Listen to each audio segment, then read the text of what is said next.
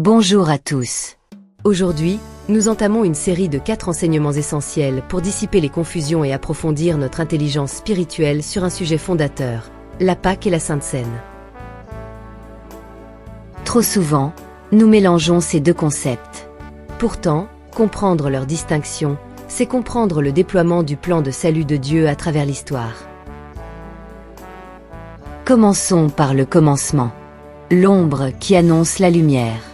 Notre première capsule a pour titre « La Pâque, une annonce prophétique ». Pourquoi elle est bien plus qu'une fête juive? 1. La Pâque, l'ombre qui annonce la lumière. La Pâque n'est pas une invention humaine ou une simple tradition culturelle.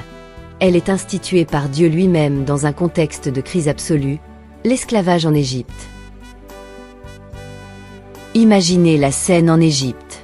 Dieu s'apprête à juger l'oppresseur, mais il prévoit un moyen d'échapper au jugement.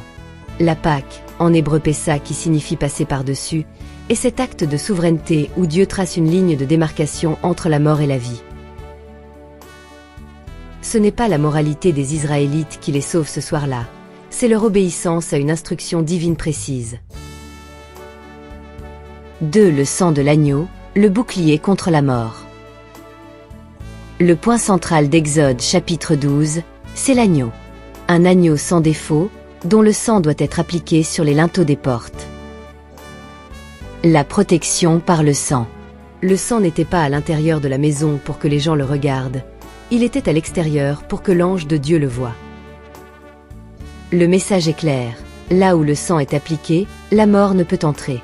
Le sang de l'agneau devient le substitut. Une vie est donnée pour qu'une autre soit épargnée. C'est la première fois que la Bible illustre de manière aussi frappante la notion de rachat.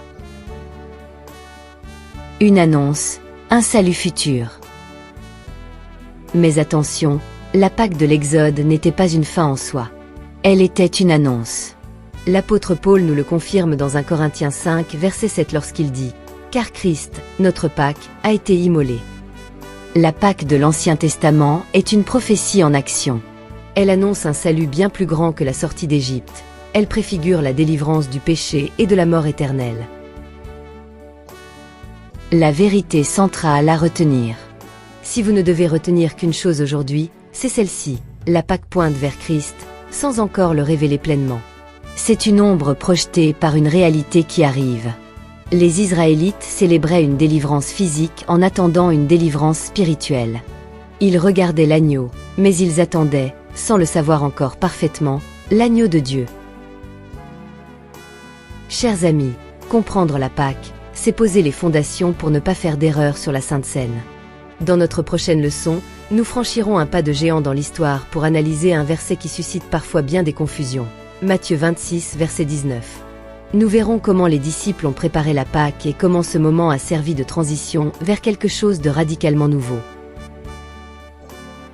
C'est ainsi que se termine notre première capsule dont le titre est « La Pâque, une annonce prophétique ». Pour approfondir votre connaissance de la parole, abonnez-vous à la chaîne. Partagez cette vidéo pour aider d'autres personnes à découvrir la vérité sur la Pâque et son sens prophétique.